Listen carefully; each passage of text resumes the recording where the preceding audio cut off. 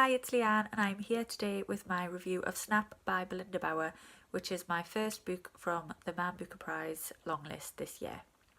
I'll start with just a very brief history of me and the Man Booker. I've been reading the entire longlist for about 5 years now. As soon as it gets announced, if I haven't read all of the books on it, I mean, I've never read all of the books on it, but any of the books that I haven't read, which this year is all of them, I put straight on hold at the library and then spend my August and September just enjoying the books rolling in and powering through as much as I can before the shortlist is announced. I don't always love every book on the list. Generally there'll be 3 or 4 that I really enjoy, 1 or 2 that I just don't find worth my time at all, the rest kind of in the middle. But I think that's a pretty good ratio, and it's always exciting because the books always feel very new. It's always very exciting when they start coming in at the library and I get my hands on them. I'm usually the first one to have them. So I always look forward to Man Booker time, and Snap is one that I was really looking forward to reading because I'm into genre books, I'm into crime and thriller books, and I was really looking forward to reading a book of that genre that was clearly so impressive that it made it onto this renowned literary award longlist. Now, I was surprised because I've read a Belinda Bauer book in the past, Blacklands. I read that a few years ago, and while it wasn't bad, it was nothing exciting, it was nothing particularly memorable. And so my first thought when I heard the long list was, wow, Belinda Bauer must have really improved. There has been quite a bit of drama about this book being added to the long list because the cover does have a quote from Val McDermott, who is one of the judges of the Man Booker Prize this year, saying it's the best crime novel she's read in years. She does tend to have pull quotes on many of Belinda Bauer's books. So there is a bit of has this been put on the long list because it really is the best crime book, best example of its genre this year, or is it just there because Val McDermott wanted to get a crime book on the long list? Belinda Bauer has the same agent or publisher, I don't quite remember, I think it's agent, and just this was a way to kind of help a friend. Having read it, I would say it is definitely not the best crime book of the year. Definitely not a book that I would have ever thought should be anywhere near the Man Booker Prize long list. I mean, I know I said before, there are usually a couple of books that I don't get along with whatsoever, but even with those books, I can usually see what somebody might have seen in it that made them put it on the long list. No, not with this. Basically, the gist of the story is it starts with Jack, who is a 12-year-old boy who is in a car on the side of a motorway with his 2 sisters. They've been left in the car by their pregnant mother, who the car has broken down and she has gone to get help. The book is set in 1998, which is why she doesn't have a mobile phone. Some people have said, oh, well, why didn't she have a phone? It's 98, they were quite common.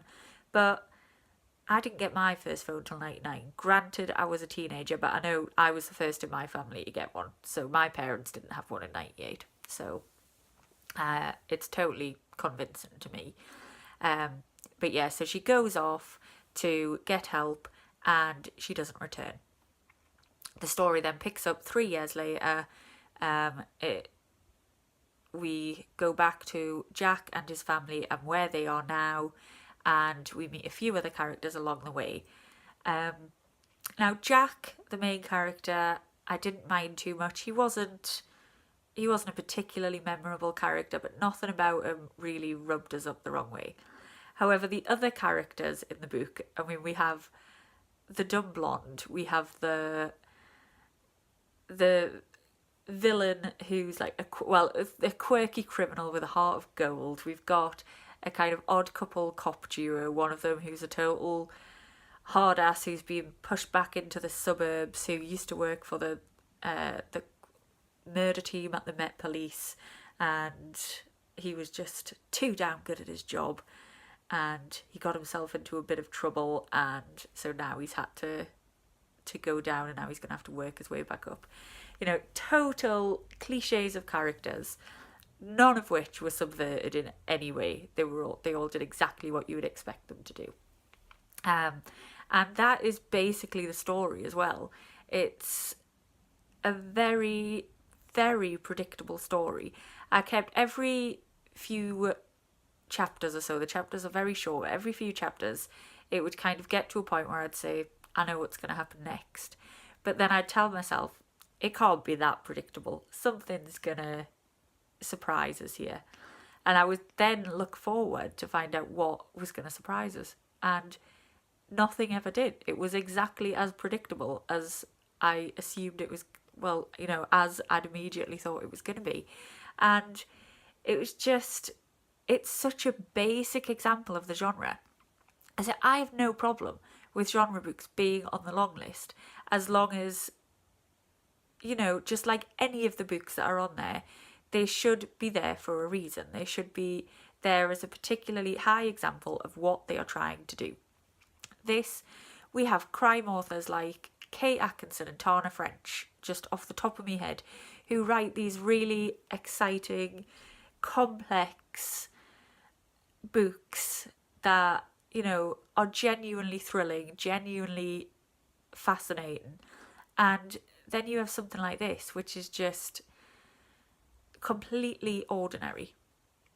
It was so disappointing because I obviously expected so much more. I went into it thinking, I love a good crime book and this is going to be something really exciting. And no, it really, really wasn't. It was just completely pedestrian. The writing was, at best, not bad.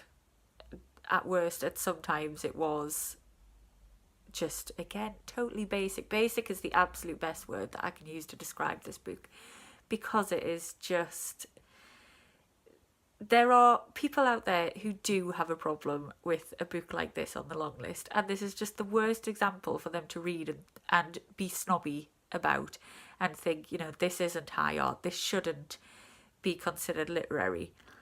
And, you know, they're going to read this and they're going to think, I was totally right.